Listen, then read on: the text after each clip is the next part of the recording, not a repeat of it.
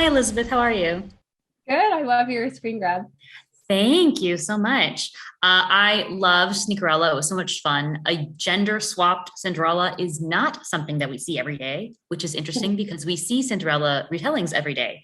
What were the qualities that you felt really could transfer over to Elle that would make Cinderella a story as viable for a boy as a girl? Well, I think it was about time to switch Mhm. the roles because, you know, our young Princess Charming is there waiting. With she has all the power in the situation, and then Cinderella is a character that's always been comfortable being in touch with her feelings, and who's kind and who's, you know, the animals even trust her, and she's just exudes good. And so I felt like that's a great, guy character to put out there. You don't see it very often. And I think that's, a great example for the next generation of boys. Absolutely. I hope that many of them follow in Elle's footsteps.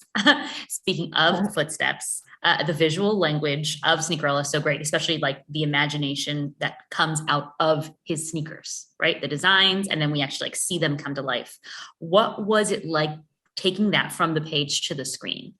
I think for me visually, that the concept of exteriorizing imagination was the most enticing part of the movie as a director, because it's not often you can kind of like slice open someone's brain and like see their ideas coming to life, but you get to do everything larger than life in a musical.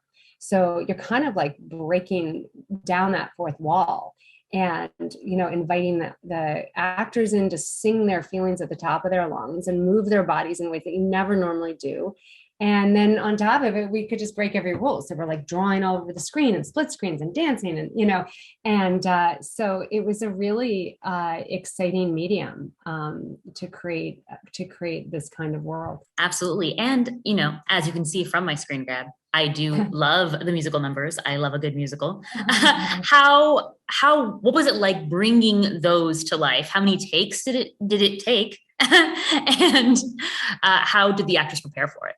Well, we did mostly Zoom rehearsals, and we cast a very wide net, as far as all the dancers, because we wanted to make sure that we had, people that were just like so lively and unapologetic in their happiness and in their bodies. And so we the casting process with the choreography team was pretty extensive.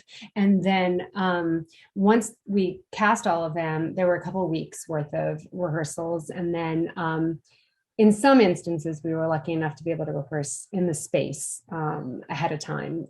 This particular one behind you, because it was hard to shut down that road, and we can only do it for Right. three traffic lights at a time, and then everyone's like, "Okay, game off," and we'd all run to the sides, and like traffic would come through and give us the finger.